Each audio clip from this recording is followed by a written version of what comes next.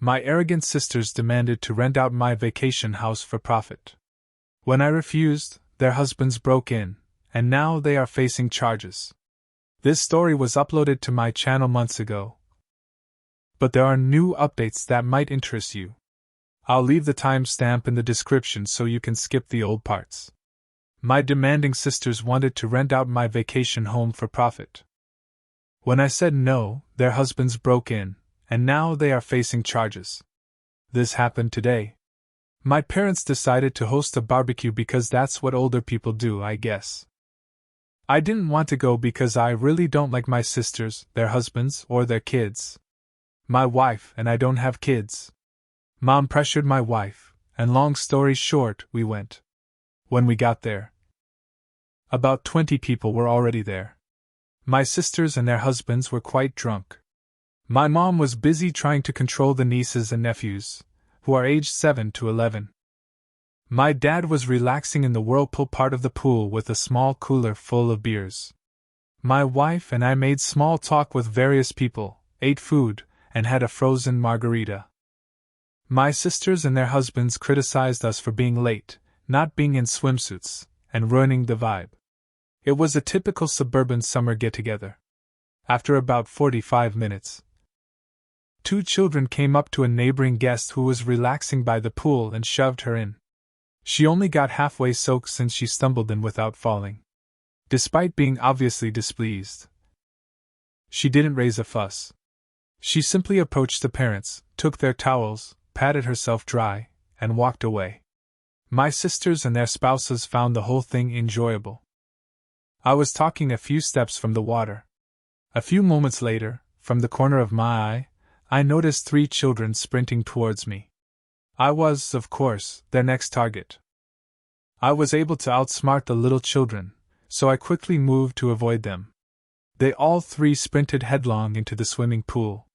The majority of the attendees, including my spouse and I, burst out laughing. But their inebriated mothers became really alarmed.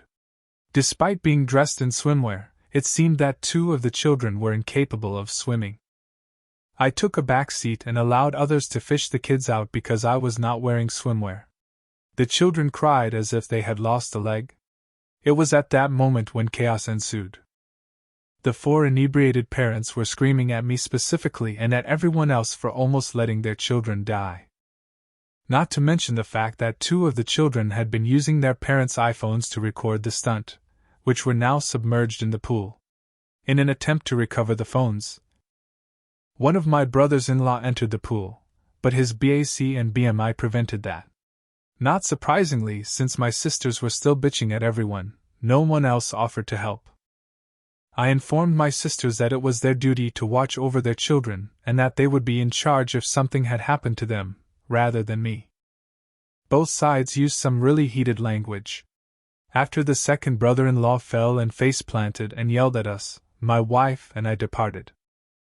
They now claim that my being the villain is because I allowed the little pricks to throw me into the pool, enjoy themselves, and break my phone. As an aside, Dad naturally never managed to escape the maelstrom. Oops. Pertinent remarks. I understand that they're just kids having fun, but their behavior reflects more on their parents than on them. I regret going to the gathering. Although it's nice to see my parents and their neighbors, I really dislike my sisters and their husbands. They openly show their envy towards us, and being around them is exhausting. More about why I don't care for some of my family. My relationship with my sisters has always been strained like oil and water. They are 8 and 10 years older than me, and I've never been close to them. I also don't have much in common with their husbands. While they are decent guys, our interests don't align. Both my sisters are stay-at-home moms, and their husbands earn good money, with one making significantly more than I do. In contrast, my wife and I have professional careers and no children, which allows us to be more financially responsible. This results in us having more investments and the freedom to take nice trips once or twice a year. This disparity seems to bother my sisters and their husbands, leading to ongoing petty behavior from them. My wife and I generally don't enjoy their company.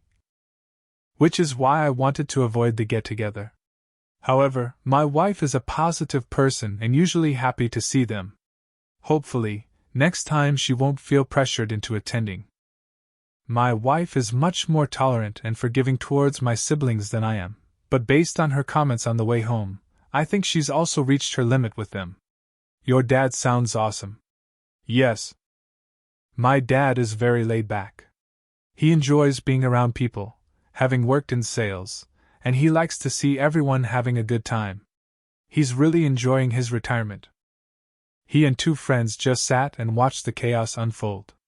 My mom is great too, but the situation upset her. The kids were fine by the time I left. They were inside watching TV. They are 7, 9, 10, and 11 years old. The middle 3 were the ones who tried to push me into the pool. I suspect the 11-year-old, who is usually the ringleader, encouraged them. You said it in a strange way when you said your folks were having a barbecue. In order to meet the character limit, I had to edit the post. My parents enjoy entertaining guests and are social creatures. They always think of an excuse to come together and have the quintessential house that makes for wonderful entertainment. They had intended for everyone to spend the 4th of July at their property, but since one of my sisters and her family were away on vacation, this was a spoof celebration instead, complete with flags, grill, margarita machine, and red, white, and blue decor. The children were promised sparklers. The only other children there were my nieces and nephews. Like my parents, all of the neighbors are elderly voters. On August 17, 2023, an update was posted about a month later. To start with, my parents told me that all my nieces and nephews are great swimmers, and they often use the pool. The youngest one, who's 7, is still learning, but he loves being in the water. My sister claimed they couldn't swim just to save face. In fairness, none of the kids are allowed in the deep end, which is where they fell. The 2 10-year-olds and the 9-year-old were the ones who tried to push me into the pool. After we left, the party didn't end well. My intoxicated brother-in-law fell on his face while shouting at me, and he had to get stitches at an urgent care clinic. He was too drunk to drive, so my dad took him. My dad was really upset about it. Husbands also chimed in with a few comments. My wife and I decided to block all 4 of them. My mom called me because she was very upset about what they said. She and my dad were also in the chat, and I don't blame her for being upset because of these messages.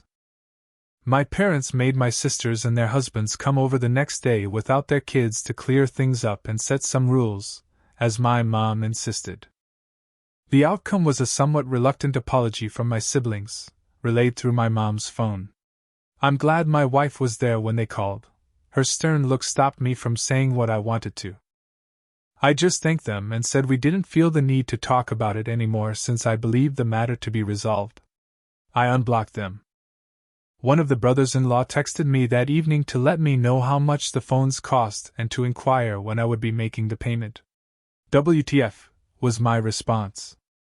I took a screen grab of his message and sent it to my parents along with a note stating that we were finished with this absurdity. We are cutting all ties with the sister spouses, including invitations to future holidays and get-togethers where they might be invited. I then blocked the sisters and their husbands once more. At that moment, things really went south. Dad phoned them and gave them a piece of his mind. Among other things, he told them that the grandchildren were not allowed at his house for an unspecified period. This was a big deal as my mom often babysits for free, so it shook them up. He also forbade them from using the vacation house and revealed that my wife and I were the actual owners, not him and Mom. This news shocked them both. Of my sisters' families, both frequently used the place, even inviting their friends for weekend trips. This behavior was very unusual for my parents. They'd clearly had enough. Just for clarity, I never wanted my sisters to know we owned the place. We bought it for my parents as they'd always dreamed of having a mountain home. Keeping the ownership a secret was just a way to prevent drama with my siblings. A few days later, my sisters and their husbands showed up at our house unexpectedly to apologize in person. We were out for dinner, and they left a note. One sister also tried to call me at work. I let it go to voicemail. We've decided that cutting contact is the best move for the foreseeable future, and haven't interacted with them for over 3 weeks now. As far as I'm concerned, I'm done. They can take a hike. Relevant comments about our life now. It's been less than a month. But I must admit that blocking them has made our lives significantly more peaceful. I hadn't noticed how much constant minor drama they cause. They're not toxic or bad people. Just exhausting and petty. Personally, I don't mind them using the vacation home. Technically it's ours, but we bought it for my parents. They manage it and decide who uses it when they're not there. We cover all the operating costs and taxes. A positive outcome from this conflict is that we now have a plan for the property when my parents get older. I was ready to take over managing it, scheduling weekends, maintaining it, and so on, but now we know we'll just sell it. If we want to go to the mountains, we'll rent an Airbnb. About my parents, yes, my parents aren't naive. They're pretty relaxed, though they believe in letting others live their lives. I think they'll soften their stance soon, but that's their call. We still won't be going to any family events for a while. What's tough for my sisters is that they're likely very worried that I'll stop them from using the cabin. I won't. That's up to Mom and Dad until they get older, and it squashes one of the sisters' dreams of building a cluster of homes when we inherit the property, which I've known about for a while and have just ignored. Normally, the lots up there only have one area that can be built on, but this piece of land is much larger because it's at the end of a road. At least 3 houses with great views could be built on that land. They're not truly remorseful, they just want something from you. I completely agree. Their apologies don't seem genuine, and I don't plan on associating with them in the near future. As for them using the vacation home, that's really up to my parents. Yes, I technically own it and handle all the expenses, but I purchased it for them and gave them the authority to manage it on a daily basis. They're kind individuals who always dreamed of a retreat for the family, but they could never have afforded it on their own. I was able to buy it for them because I've been lucky financially. I save and invest aggressively, and I received a huge bonus the same year I sold my house and moved in with my now wife. I don't mind if my parents allow my siblings to use the house, but I must confess I'm finding some amusement in my sister's unease over the fact that I could afford to buy the place, let my parents use it, and not mention it to them. Dad changed the lock code last week, so now only he, Mom, my wife, and I know it. Regarding Mom babysitting the kids, she told me that she and occasionally Dad have been visiting each sister's house once a week to spend the day with the kids. When school begins, she plans to pick up each group of kids from school once a week on different days and spend the evening with them. She says managing all 5 kids at once is stressful, but one group at a time is manageable. Both Mom and Dad have told me they don't intend to invite my sisters and their families to their house in the near future, and they're enjoying the peace. I suspect they were already fed up with the old dynamics and used the pool party incident as an opportunity to change some aspects of their relationships. Fun fact about the reason the message was taken down from the AITA subreddit: I just read a post from the other sub's administrators saying that there was property damage caused by the violence. It still eludes me. I suppose it's the phones getting destroyed. Finally, an update on August 26, 2023, 9 days after the last post.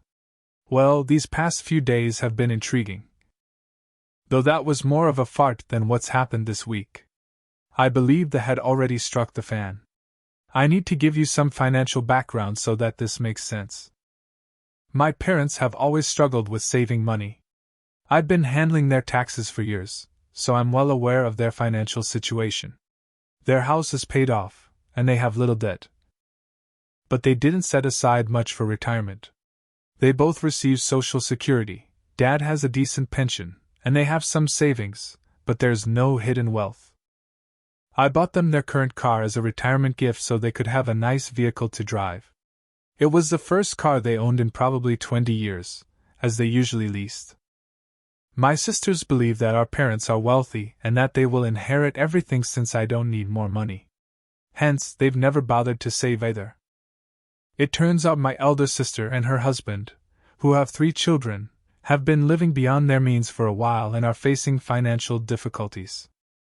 They've maxed out their credit cards and are so behind on their car leases that one is about to be repossessed.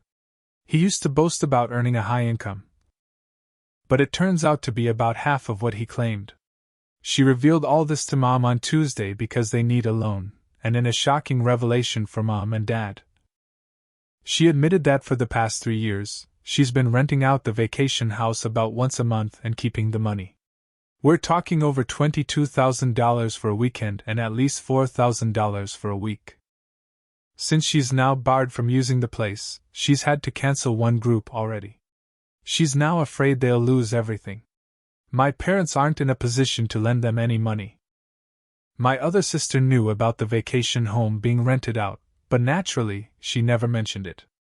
I think she's done the same thing because once, when I went there to drop off a repaired ATV, I found a family who claimed they were staying there with my sister and her family, who had supposedly gone to town for something. At the time, I didn't make a fuss. I assumed she'd lent the house to some friends, but it's always made me wonder. I learned all this from my parents, who are quite stressed about it, especially Mom. Dad is mostly just angry about the whole situation. I know Dad feels let down, and I guess he's embarrassed that he can't help his daughter out financially. He did emphasize that as long as he has a say, the girls won't be using the vacation home anytime soon. My parents updated me because they thought my sisters would try to persuade me next. And they were correct. On Thursday, my sisters showed up at our doorstep once more. This time, sons, husbands, and lingered outside until I returned home. I was left with the options of engaging in a public spat with them, risking a spectacle if I entered without them, or inviting them in. I chose the latter. The elder sister spun a tale with the younger one nodding in agreement about why it was crucial for them to regain access to the mountain house. Instantly, they also accused me of being a lousy brother and insisted I should shoulder the responsibility of their kids' college education because that's what family does, according to them. I let them present their narrative, then I confronted them, armed with the information my parents had shared. Things spun out of control then, denials, tears, expletives, shouting. It had it all. Even 2 days later, I can still feel a phantom ringing in my ears. I won't sugarcoat it. I hurled some pretty harsh and unsavory words at them, but nothing I said was untrue. After about an hour of this, they finally departed. After their departure, I took a shower and lay down. When I woke up, my wife was back home. And her opening remark was about how she had to block even more numbers because my sisters had started bombarding our phones from new ones. My parents sent me a message yesterday asking me to give them a call. I'm certain my sisters have relayed their version of events to them. But I don't have the energy to revisit the whole saga just yet. I'm typically quite lively, but this drama has left me feeling drained. I mustered just enough energy today to drive up to the vacation house and secure the entrance gate with a padlock. I'm the sole key holder. I suspect this will be sufficient to deter my siblings from trespassing. They'd likely collapse attempting the 400-yard uphill trek to reach the house. Updates after the old video post. Update 3. September 12, 2023, 2.5 weeks after the previous update. Here's another update on the ongoing saga that is my extended family. Given the recent turn of events, it felt apt to share. After my sister's visit, my parents decided they were done managing the vacation home. It seemed the sisters had been nagging them incessantly to regain access to the place. Essentially, my folks passed the baton of responsibility to me, stating that the vacation home was my issue to deal with henceforth. Until now, they'd been the ones scheduling its use and maintaining it, replacing any items that wore out, and so forth. However, they decided they'd had enough of being caught in the crossfire. While I understand their stance, it's disheartening because the place was meant to be a haven for them to relax and spend time in, which they did frequently. Moreover, I never objected to my sisters and their families using it because, frankly, I felt that was my parents' decision to make, despite me being the legal owner. But now my parents will need my involvement to access the place, which alters the entire dynamic. I've implemented several measures to secure the property, as previously mentioned. I locked the gate with a heavy-duty chain and the sturdiest lock I could find. I also reset all the door keypads and generated new codes. As of yesterday, security cameras have been installed, which is quite exciting, especially since the installer persuaded me to fit a high-resolution one overlooking the valley. Although the system set me back more than I anticipated, the sense of security it brings is invaluable. The installer also posted signs around the property indicating it's under video surveillance. Additionally, I installed a robust lockout for the water shut-off drain valve. I sincerely hope I don't misplace the keys, as removing it will be a massive pain. Other than my wife, no one knows about the water being locked off, and only we possess the keys. Last week, I received individual calls at my office from both brothers-in-law, each attempting to persuade me to allow them to continue using the house as they had been. The elder one had taken some friends up for a guy's getaway but found himself locked out due to the gate lock. He was understandably upset and embarrassed. I suspect he would have broken the lock if he'd been able to. Throughout his call, he oscillated between being assertive and playing the victim. At one point, he even threatened to tear the gate from its foundations. He confessed that they'd been leasing the house to a few acquaintances, claiming they needed the income, accusing me of sabotaging their venture and demanding I reimburse their guests. Bizarre. I wish I had recorded our conversation, but I'm not familiar with how to do that on an office phone. The other brother-in-law, on the other hand, seemed to be calling on my sister's behest and didn't put up much resistance when I informed him he should not anticipate using the property again. Regardless, I reiterated to them that they're no longer permitted to use the house and asked them not to inquire again. At this juncture, I'm contemplating selling the vacation home. My wife and I won't utilize it enough to warrant keeping it, and it's unlikely we'll be hosting any family gatherings there in the foreseeable future. I broached the idea of selling it to my parents, and their reaction was essentially whatever. I'd make a substantial profit from the sale. The property comprises 3 lots with breathtaking views and is situated at the end of a private road. But I'll likely hold off on selling for now. Making such a decision now would be emotionally driven. Currently, my sisters and I aren't on speaking terms, and I have no intention of reaching out. I'm unsure of their relationship with my parents, and I prefer not to know. On a brighter note, we enjoyed an evening out with my parents last week at a new restaurant, which was quite pleasant. Thankfully, no one broached the subject of this ongoing drama. Mom did share updates about the nieces and nephews. She's been visiting them at their homes. I apologize if this update lacks the humor or triumphs of previous ones. That's just how life is sometimes. Update post 4, 1 month later, on October 16, 2023. A few individuals have requested an update. You may now proceed. I employed a worker to oversee and maintain the vacation house. He looks after his parents, maintains a large number of properties, and resides in the region. While some are weekend homes similar to ours, others are holiday rentals. Every week or two, he physically checks on the premises and has access to my video feeds. He could have the best job in the mountains, in my opinion. He is paid to take his dog for drives, explore the houses on foot, and spend time on people's decks whenever he pleases. Additionally, he has a feed from a camera located close to the beginning of the private road, which records still images each time a car passes by. In addition, he will perform routine upkeep and repairs for an hourly fee of $450 each month. Plus, he's buddies with every deputy under the sheriff. He sends pictures from his walks to everyone once or twice a week and says that doing this has given him a lot of peace of mind. I must admit that I adore my folks. They told me all of this tonight during dinner. My sisters were putting pressure on them to insist that I host Thanksgiving at the vacation home for everyone. Family Thanksgiving had become quite the custom up there. My wife and I only get to go once every 6 years. My dad knew I would say no, so he decided not to worry me about it. They devised a brilliant plan, in my opinion. They said they would host the Thanksgiving get-together, and would rent an Airbnb in the mountains if everyone divided the money in advance. If not, one of the sisters may celebrate Thanksgiving at their house or they would have it there. The middle sister was all for doing the Airbnb, but the eldest sister doesn't have any money. Thus, this led to a fight between the sisters.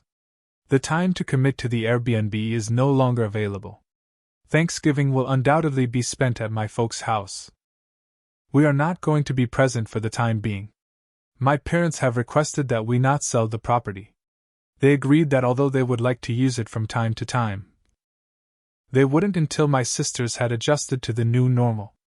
Naturally, they would prefer it if everyone could reunite there in the future, but it is simply not going to occur.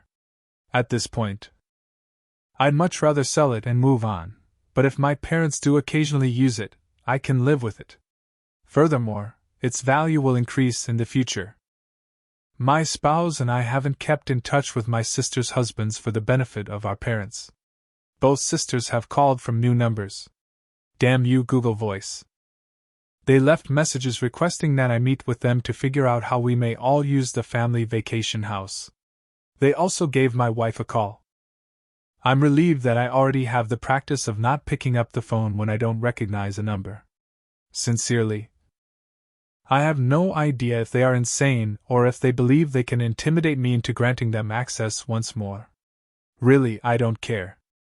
My parents have informed me that the eldest sister and her spouse are selling their jet skis and other unnecessary items, as well as getting out of the leases on their big-ass truck and SUV.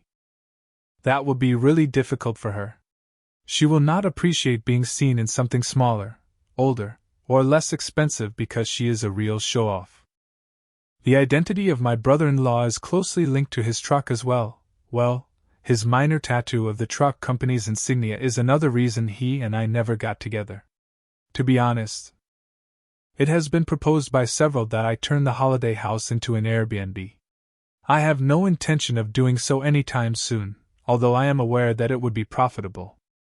My parents would be stressed out, and there would be a great deal of tension in the family. They don't require it. Also, taking out the personal items my parents have there would be a pain. There would be deterioration on the property, and nowhere to put such stuff. Even though I would utilize a manager to handle it, I'm sure it would take some time on my end. I don't think it's worth it. November 27, 2023, an update post 1.5 months later.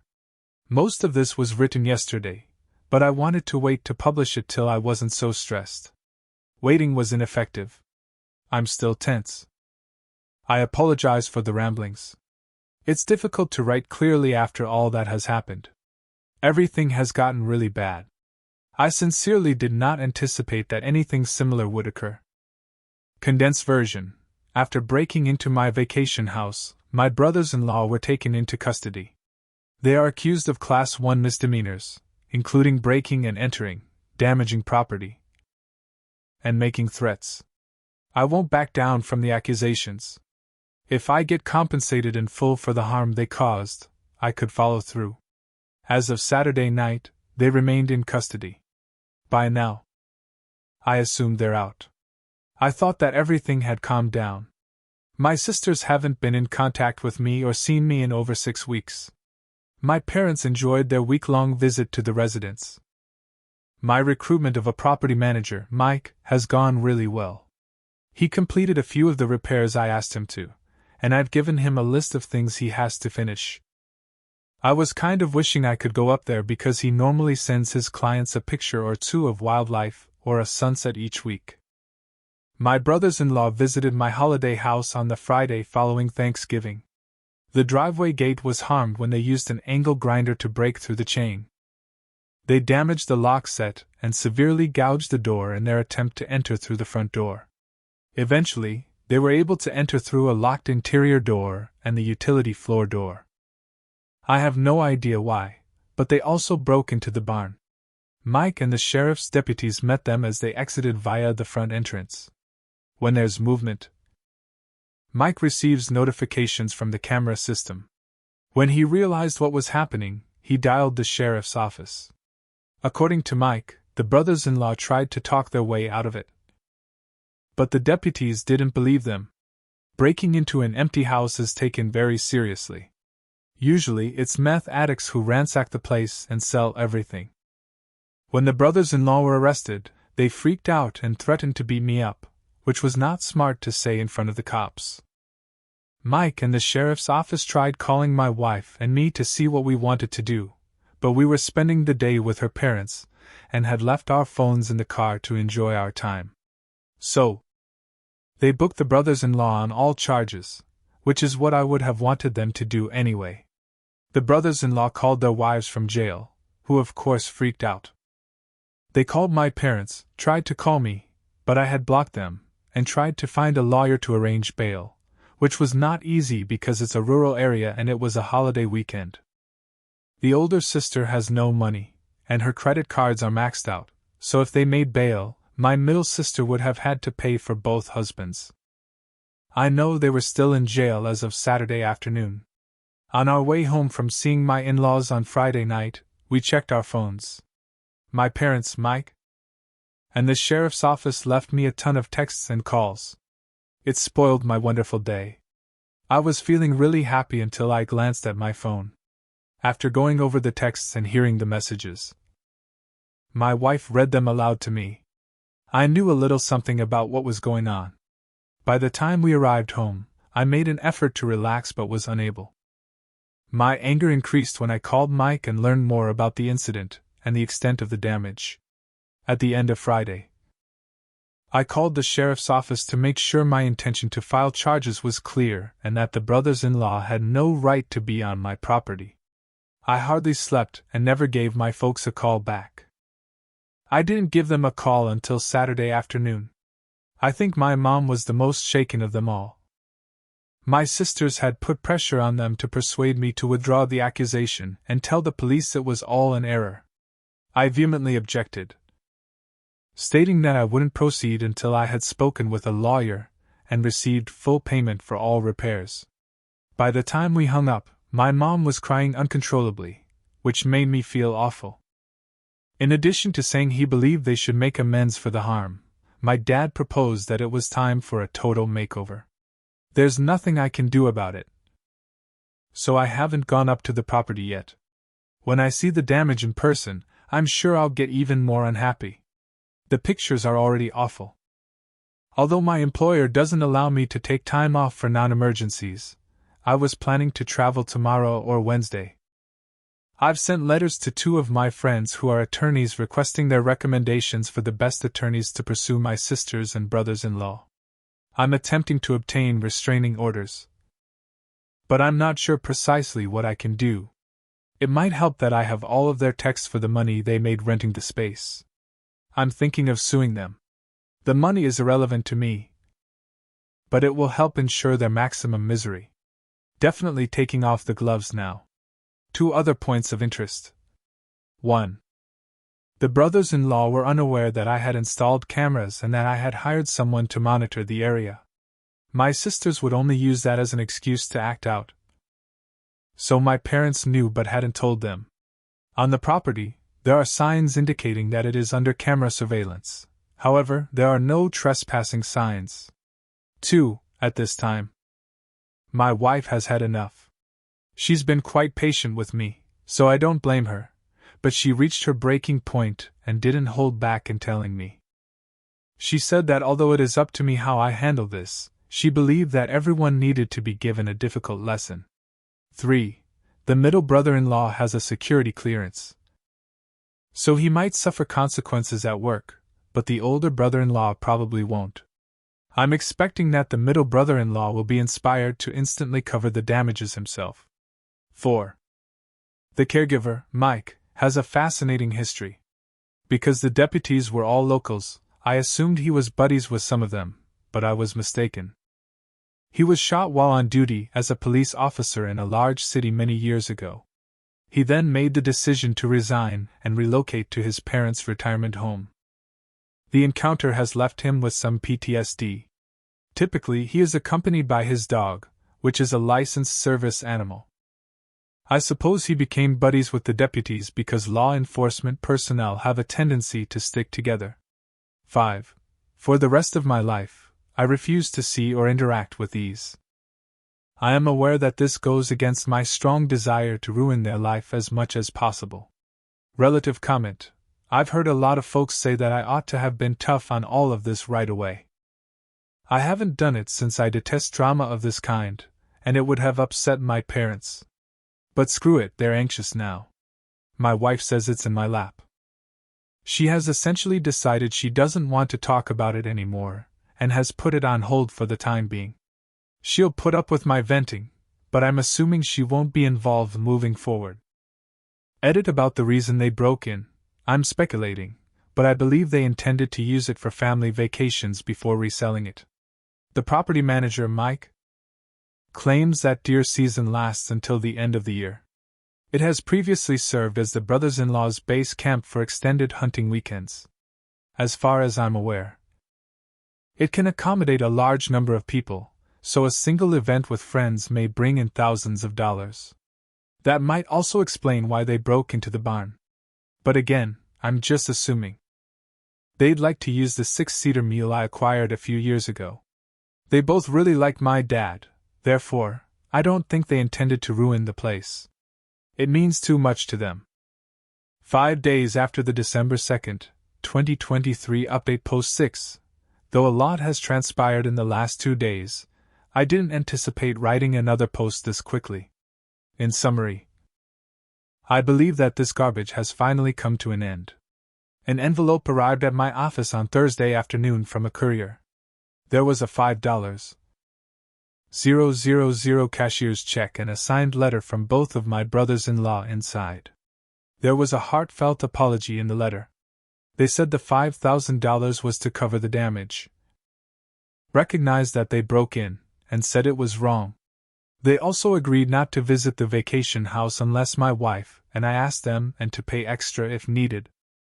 They also said they might lose their employment, so they requested me to assist in getting the charges dropped as quickly as possible.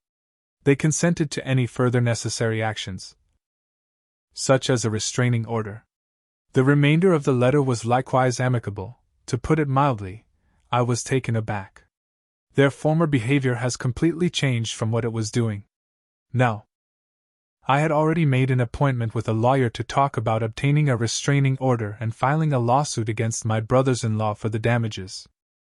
After I informed the lawyer about what I had received, he agreed to see me that day rather than the following week. I should wait to deposit the check, he said.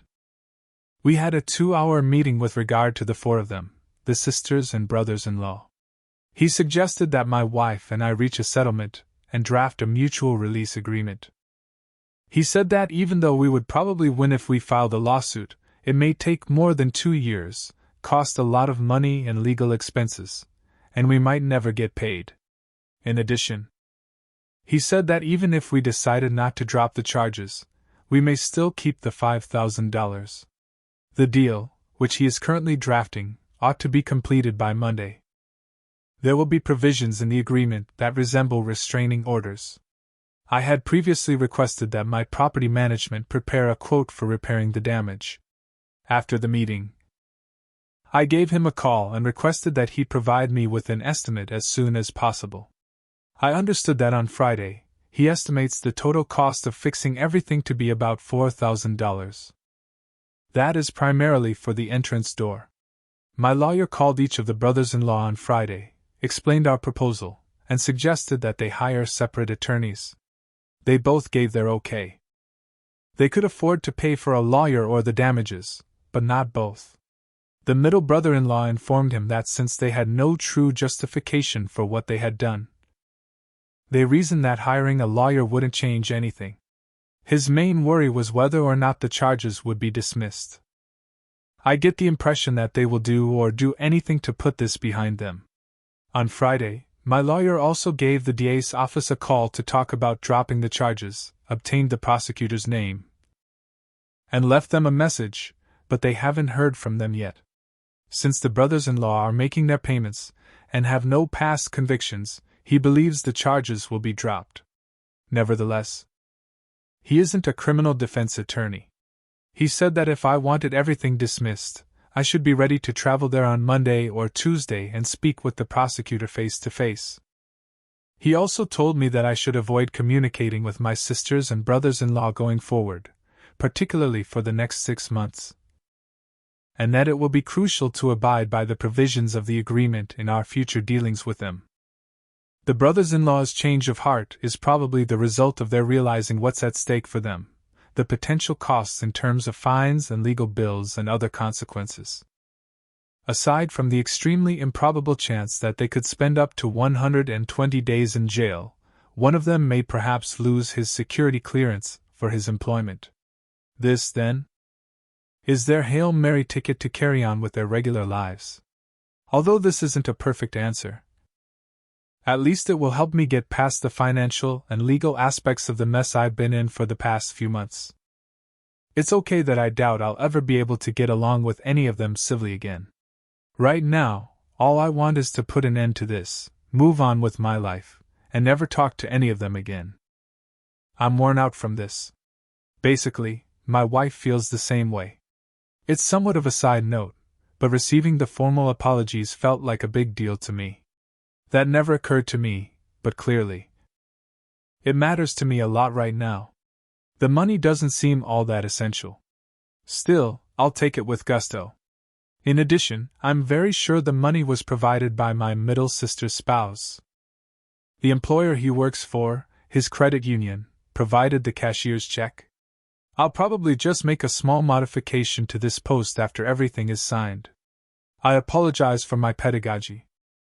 My mind seems clearer now that I've written these pieces, and the response has been quite helpful. I genuinely value all of the feedback, understanding, and encouragement you have given me. And I sincerely hope that none of you ever have to deal with this kind of garbage. Relevant comment. I must admit that I cried with relief on Thursday night when I finally arrived home, thinking that this would finally be the end of it. Until everyone signs this deal, I won't talk about it with my parents. I'm not, but my sisters and brothers-in-law can if they so choose. Between me and them, it is final. Update 5 days later, on December 7th, 2023, on Tuesday morning, I revised an agreement with my lawyer and sent it to my siblings and their spouses. This agreement required them to cover my lawyer fee of $33,000. They weren't pleased and tried to negotiate it down, but my lawyer insisted they either accept the terms or face a lawsuit. This lawsuit would demand compensation for various issues, including rental income, property damage, emotional distress, lost income, and legal fees. My lawyer also warned them that I would push for legal charges. In the end, they signed the agreement. I was told the atmosphere was tense, with the middle brother-in-law taking control and even telling my sisters to be quiet, or he'd make his own deal. They gave another check for $2,500, saying it was all they had. We decided to accept this as the final payment. My lawyer mentioned that everyone was quite unfriendly, but they managed to stay enough to sign the agreement and leave without causing a scene. Yesterday, I visited the vacation house to assess the damage and speak with the district attorney's office. The extent of the damage made me very angry. I was so upset that I considered paying for the repairs myself, and doing everything in my power to make their lives difficult. I tried to calm down by taking a walk, but it didn't work. I ended up calling a close friend who listened to me vent for over an hour. He reminded me to focus on moving past this incident and getting on with my life. I'm still unsure if I want to do that. But I managed to calm down enough to eat something, which made me feel better. After lunch, I went to the district attorney's office. I didn't have an appointment and had to wait. But I eventually met with the assistant district attorney handling the case. The gist of our conversation was that since I don't want to press charges and the brothers-in-law have compensated for the damages, they are willing to drop all charges except trespassing. This will be classified as a Class 2 misdemeanor. The brothers-in-law will have to plead guilty and pay whatever fine the judge decides. I was also informed that if they contest the trespassing charge or break any rules, they will face serious consequences. It helped that the brothers-in-law didn't resist arrest when they were caught. Otherwise, none of the charges would have been dropped. I also visited the sheriff's office to express my gratitude for their quick response. I wanted to thank the deputies personally but ended up speaking to the dispatched person. I also tried to meet Mike, the property manager, but I couldn't reach him. The agreement we've drawn up has a few key points. It includes a rule that if my wife or I happen to be in the same place as them, the last to arrive must leave immediately. We can only communicate through lawyers or other agreed third parties. They can keep the money they made from renting the vacation house, which is a concession I made, unless it affects my taxes, in which case they're liable. We also agreed to drop all other claims against each other. Up until now, there's more to it, but those are the main points. My wife and I will sign it later today. After that, I won't be able to discuss most of this, but I can vaguely refer to it. I think this will be my last update on this matter, but I'll respond to comments if I can. Sharing this situation and reading your thoughts has been very helpful for me. It's played a big role in helping me handle this in a healthy way, so thank you again. Regarding some of your comments, I found it difficult not to seek revenge, but I'm glad I didn't. If they cause more trouble in the future, I might regret it, but if they stick to the agreement, it won't be an issue. The family dynamics are indeed messed up. I've only told my parents that we're trying to sort things out. They might not be happy with how things are going. But I had to do what's best for my wife and me. I suspect my sisters have given them a biased account. That's just another issue I'll have to navigate. Essentially, the agreement formalizes how things have been for the past few months. It might not be what my parents wanted, but I'm quite satisfied with it. Have your sisters previously displayed as much entitlement? Not really, not in my direction anyway. We weren't particularly close, but we weren't adversaries either. When I bought a loft when I was 25, they became resentful of me. Looking back, they didn't have a house at that time, but they had both met their future spouses. It was evident that they were upset that I had moved in before them. When I met my wife, it became worse. They took offense that she came from an affluent family, particularly because I was doing fairly well for myself at the time. They said that I was arrogant and other things. My wife and I moved in together after we were married. I sold the loft, and her condo was near to where she was completing her fellowship. Our wedding was elegant but affordable, and the sisters were very jealous.